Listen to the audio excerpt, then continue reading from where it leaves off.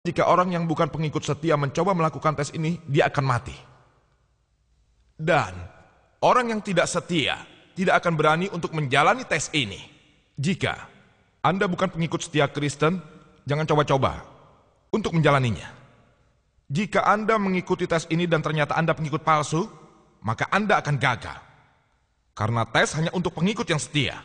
Jadi seseorang yang bukan pengikut setia Kristen tidak akan pernah untuk mencoba tes ini karena dia akan gagal dalam tes ini. Saya sudah membaca buku Quran dan Injil dari sudut pandang ilmu pengetahuan dan sejarah yang ditulis oleh Dr. William Campbell. Dan saya menarik kesimpulan bahwa dia adalah seorang pengikut setia Kristen. Dan setidaknya saya ingin dia memberi konfirmasi mengenai tes kepalsuan ini.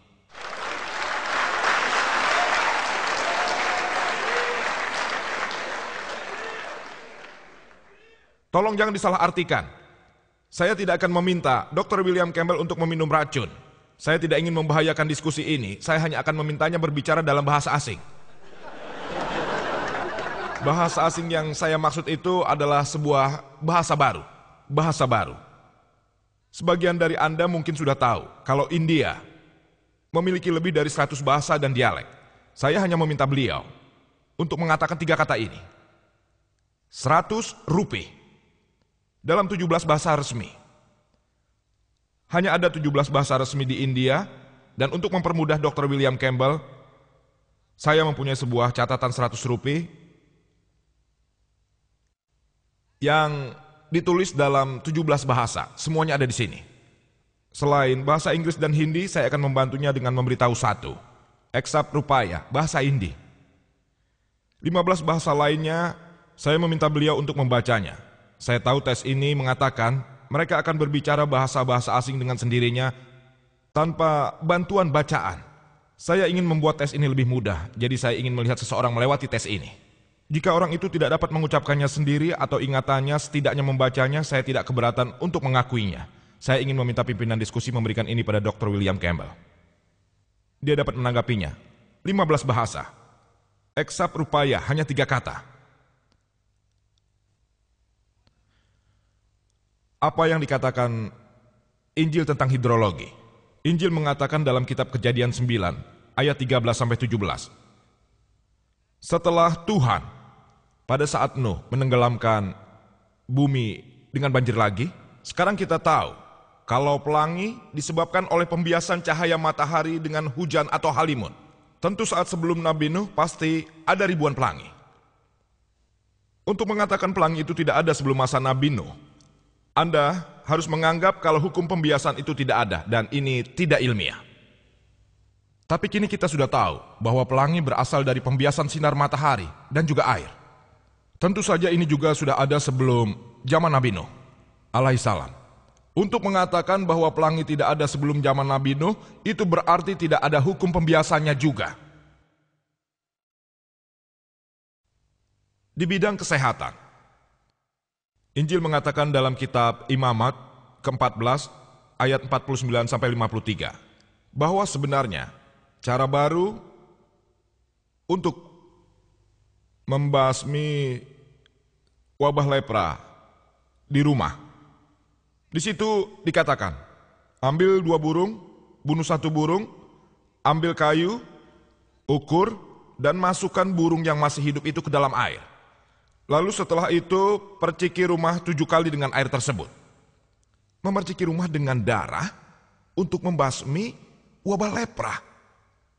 Apa Anda tidak tahu bahwa darah adalah media kuman, bakteri dan juga toksin? Saya berharap Dr. William Campbell tidak menggunakan cara ini untuk mensterilkan ruang operasinya.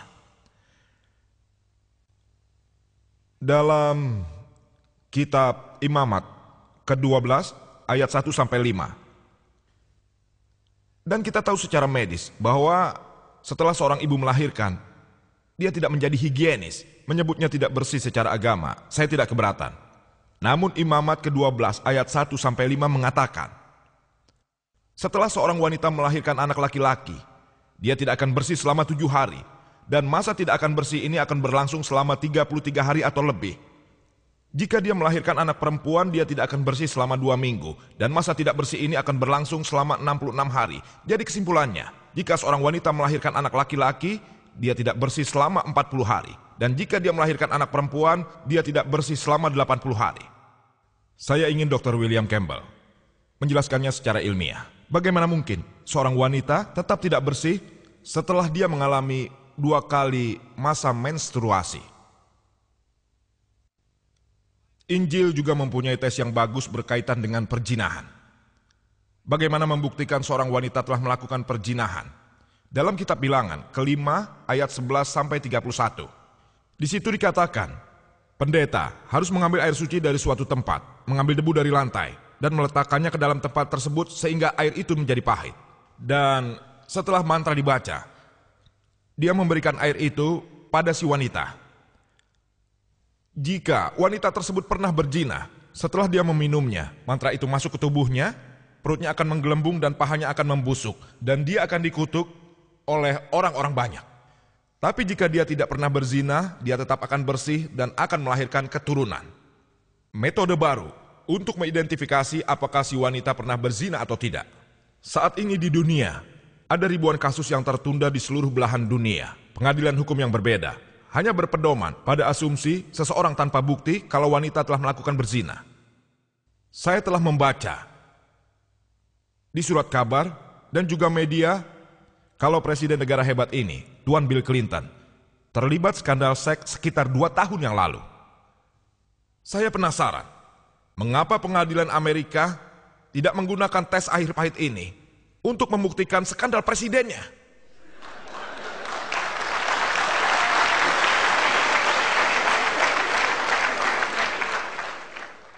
Dia pasti akan segera dibebaskan tanpa hukuman. Mengapa misionaris Kristen dari negara besar ini, terutama mereka yang berkecimpung di bidang kesehatan seperti Dr. William Campbell, tidak menggunakan tes air pahit ini untuk menebus presiden mereka secepatnya?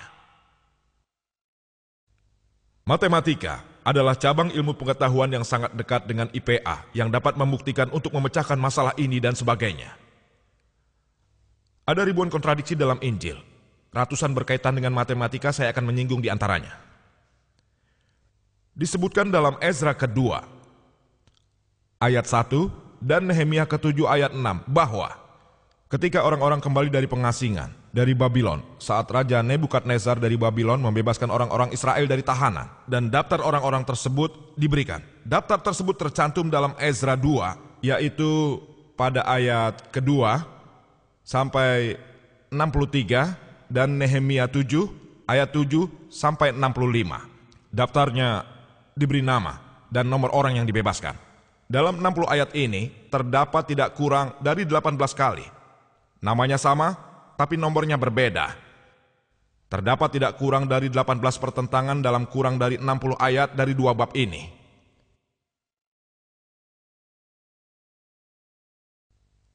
Ini adalah daftarnya.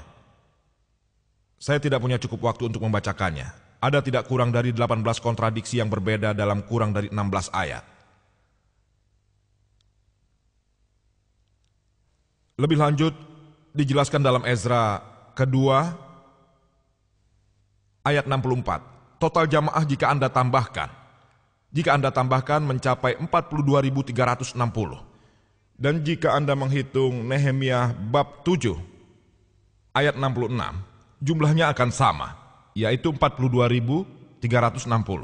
Namun, jika Anda menghitung semua ayat ini,